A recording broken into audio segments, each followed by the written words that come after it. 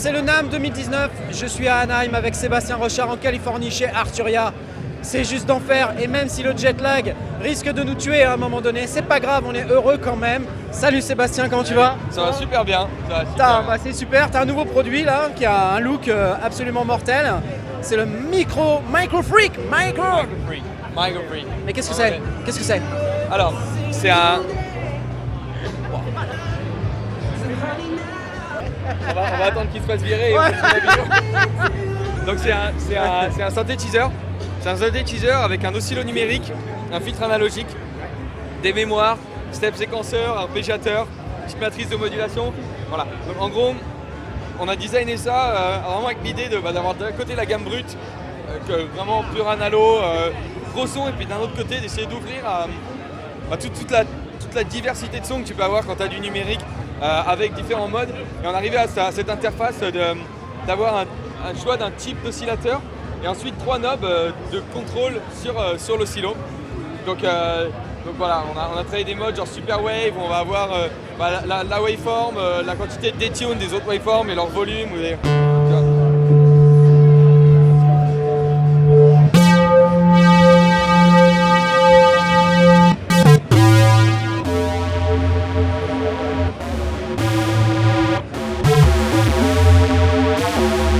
Voilà. Donc pour l'instant, il y a 11 modes d'oscillateurs. Il y en a certains qui proviennent du module Table Instrument Plate et d'autres qu'on a designé nous-mêmes.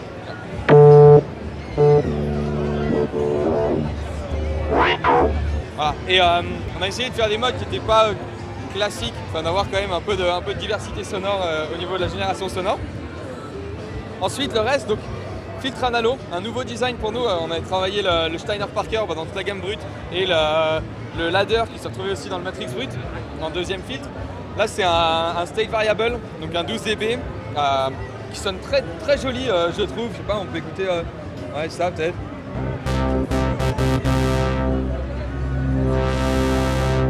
Donc là quasi sans résonance.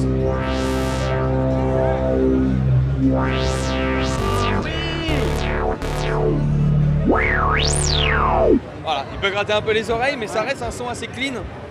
Et puis en étant 12 dB, ça laisse passer pas mal d'harmoniques, c'est cool sur des modes comme de la FM ou du physical modeling, de ne pas avoir quelque chose qui étouffe trop le son. C'est vrai que quand tu as des carrés ou des dancy en synthèse soustractive, c'est intéressant. Enfin, les deux sont intéressants, mais sur d'autres modes, c'est cool d'avoir un peu moins de pente. Voilà. Après, donc enveloppe, cycling enveloppe, LFO, donc des sources de modulation, en somme assez classique. L'arpégiateur qui peut être donc, voilà, pareil, des choses où quelqu'un qui n'est pas un expert en synthèse ou même quelqu'un qui connaît la synthèse va retrouver ses billes assez vite. L'oscillo et le clavier, c'est les parties où il y a un peu plus de choses ésotériques. Et le reste, c'est un peu plus conventionnel, on va dire.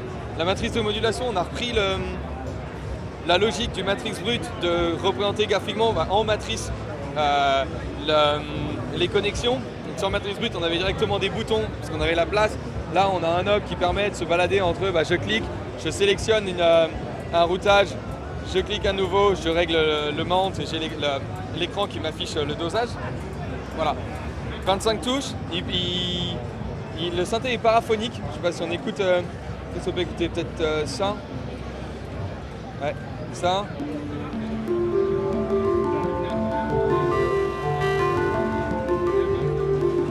Donc paraphonique 4 voix, un seul filtre, mais on peut rentrer 4 voix d'oscillo dedans. Et l'aftertouch est polyphonique aussi. Donc par exemple, si je sais pas, on va essayer là, je vais chercher la pressure et la mettre sur le timbre. Hein.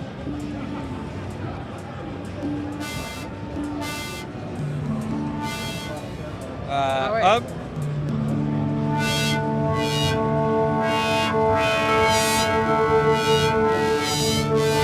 Voilà, donc là je peux contrôler chaque note indépendamment sur...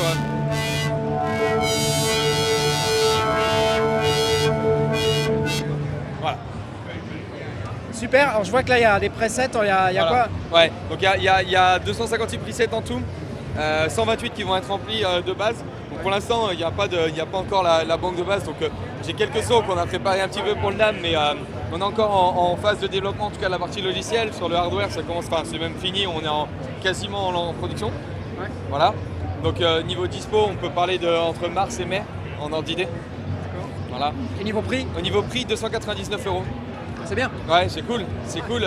Et c'est un peu le challenge dès le début de se fixer un prix, on peut dire bas par rapport au reste de la concurrence ou même de nos produits.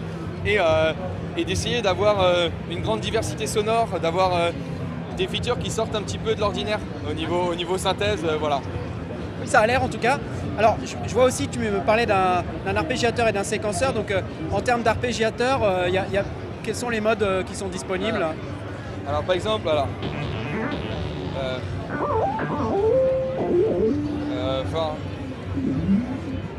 donc,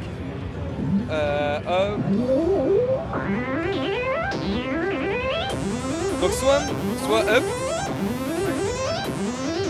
soit order. Donc order, voilà, bon, c'est dans l'ordre où je l'ai appris, du random et un mode pattern. En gros, le mode pattern, la façon dont ça fonctionne, c'est je rentre un nombre de notes, enfin j'appuie des notes et il génère une séquence aléatoire en utilisant ces notes, mais elles se répètent. Donc tu vois, ça garde le pattern. Donc par exemple, hop. C'est presque un séquenceur quelque part. C'est un peu comme un séquenceur. Donc là aujourd'hui, là la longueur elle est fixée à 9 pas, mais après ce sera réglable. Même je pense que ça l'est, mais j'ai pas encore mis à jour l'unité, mais voilà. Et donc voilà, là par exemple je rejoue les mêmes notes.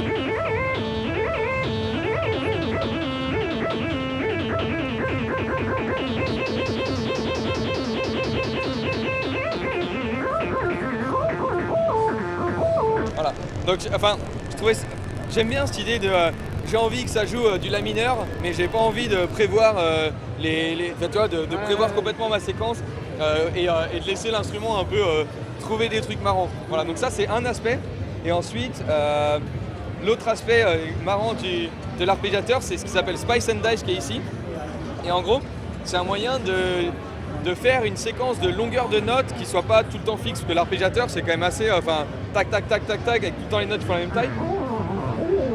Voilà. Et là en fait, avec le Spice and Dice,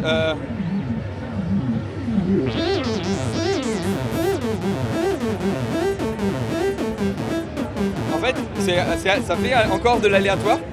Et donc Spice c'est un peu un dosage global. Quand c'est à 0, ça joue vraiment des notes dans la même taille. Plus j'augmente, plus on va avoir des trucs un peu aléatoires. Jusqu'au moment où on a soit des silences, soit des notes qui se lient. Et le dice, en fait, je relance les dés en quelque sorte. Donc je re-randomise la séquence, mais en partant de la précédente. Tu vois, c'est soit j'altère un petit peu. Bon, attends, là j'ai touché une note. Soit je randomise complètement le dé. Voilà.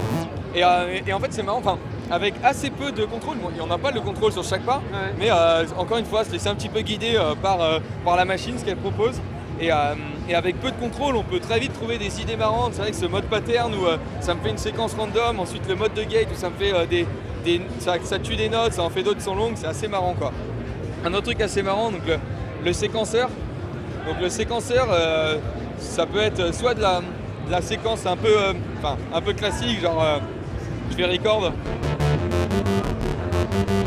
Ah, attends, je vais record. Attends, là j'ai 4 steps, excuse-moi. Hop, sec length. On va se mettre sur 16. Hop, donc record. Hop. Ah, 30 BPM, putain. Bon, tu vois, c'est le genre de truc où à la fin ça marchera bien, et puis là, vu que les presets sont un peu faits.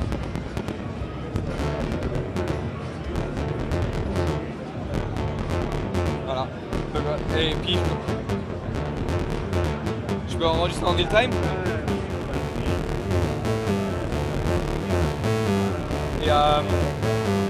Et puis encore une fois, le Spice and Dice marche. Mais vraiment, un truc marrant, c'est je peux enregistrer des automations de... Ok. Très bien. Donc je peux enregistrer des automations de paramètres. Par exemple, je sais pas, la longueur de...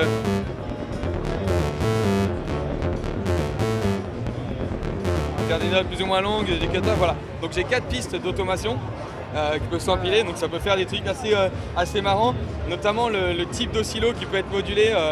Je sais pas, des spatchs que j'ai fait un peu dans l'avion, sur chaque step, je vais avoir un type différent. Donc parmi ceux qui sont là, voilà, donc ça fait des séquences assez marrantes. Voilà, encore une fois là, c'est vraiment juste en tournant de manière aléatoire le knob de type et parfois ça fait des trucs dégueulasses et puis de temps en temps tu as des trucs marrants. Donc ça pousse à expérimenter. C'est un truc que j'aime bien avec cette machine. C'est à la fois on retrouve un peu ses billes niveau synthèse. Voilà, du filtre analo, des enveloppes, des LFO, un arpégiateur qui peut être assez classique. Et puis il y a des trucs pour pousser un petit peu à l'expérimentation, l'oscillo qui est vraiment dans cet esprit-là, le séquenceur avec plein de modes d'aléatoire un peu marrants. Voilà. À l'arrière, il y a du CV Gate. Bon, il y a aussi du MIDI et de l'USB. Il peut s'alimenter en USB, mais le CV Gate c'est assez cool. Enfin, sortie CV Gate et puis la pressure. Donc pour les gens, pour faire un petit contrôleur pour un modulaire, c'est intéressant. Ça donne déjà une voice et puis aussi le côté, voilà, je peux faire des petits patterns directement depuis le. Et tu peux utiliser la matrice de modulation pour pouvoir faire du CV Gate ou pas? Non, la matrice de modulation, elle est interne. Ce que tu peux sortir, c'est CV Gate et le mode qui est vraiment juste la pressure. D'accord, ok, ça marche. Et tu parlais de. Tu as fait des patterns dans l'avion, mais alors du coup, tu l'as alimenté comment? Alors, sur ma place à moi, ça marche pas, mais sur le siège de mon pote Baptiste, ça marchait. Donc tu sais, t'as la prise USB dans l'avion. Il y en avait une qui marchait pas, l'autre qui marchait. Je pense que ça doit être, je sais pas, l'histoire de courant ou peu importe. En tout cas, ça s'alimente en USB. Bon, dans l'avion, il doit pas y avoir grand chose, mais en général, avec un bloc USB, ça marche. Avec les alimes portables, enfin les powerbanks pour téléphone, ça marche. C'est assez cool de se balader avec le truc, juste un casque, un powerbank et de pouvoir faire un peu des trucs, voilà. Parfait, écoute, c'est génial. Tu m'as pas trop parlé du séquenceur, tu m'as pas mal parlé de l'arpégiateur, mais dans le séquenceur, on a quoi exactement? Alors, je vais repartir d'un patch de base. Donc, allez, paraphonie.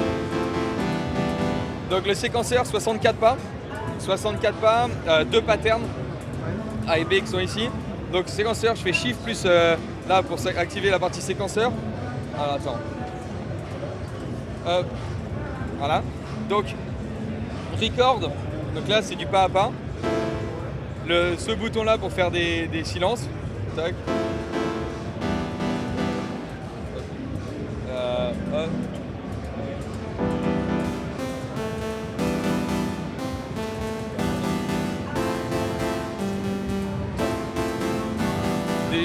Je sais pas, il y a des conneries avec des vols de voix où parfois ils jouent en paraphonique, parfois non, enfin en polyphonique ou pas. Ouais, en gros dans l'idée, il y aura 4 voix de polyphonie par pas sur le séquenceur et 4 pistes d'automation. Donc ce que je te montrais où lisser et avoir le truc qui est rejoué par pas. Donc soit avec des automations lissées, je peux choisir pour chacune si ça fait une automation qui est lissée ou si c'est du steppé. D'accord, et là les séquences elles sont par patch ou c'est global? Non, c'est par patch, tu as deux slots par patch. Ouais. C'est génial. Ouais, c'est cool, c'est cool. Enfin, je sais pas, on commence à. Tous nos instruments maintenant qui ont des voix de synthèse, il y a quand même à chaque fois un petit séquenceur un peu marrant. Le midi brut de S, on a vraiment poussé ça à fond, le Matrix brut aussi. Bon, Keystep évidemment, voilà. Donc, et là, je trouvais ça intéressant avec une voix de synthèse un peu bizarre d'avoir quand même aussi son penchant en séquenceur où je peux écrire des séquences, avoir un peu d'automation, limite pousser l'expérimentation vers le séquenceur. Je sais pas, j'avais fait ça dans l'avion aussi où en fait là la séquence elle joue, mais c'est juste j'ai enregistré des pistes d'automation pour faire des évolutions du timbre.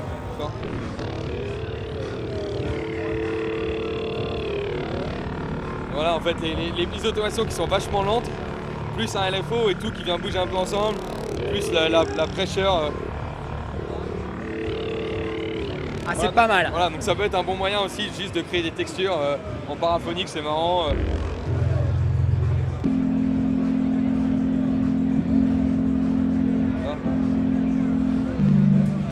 Ouais. Super, bon tu nous as dit entre mars et mai, c'est ça? Ouais. 299 €. Bon, là comme ça, je serais tenté de te dire que ça déchire. J'ai hâte de pouvoir l'avoir entre les mains pour être honnête avec toi. Je vais peut-être même d'ailleurs tester ça très rapidement. Je te remercie Sébastien pour la démo. Est-ce que tu peux nous en jouer un petit peu là sur les dernières minutes de la vidéo? Ce serait vraiment top. Et puis on vous dit à bientôt.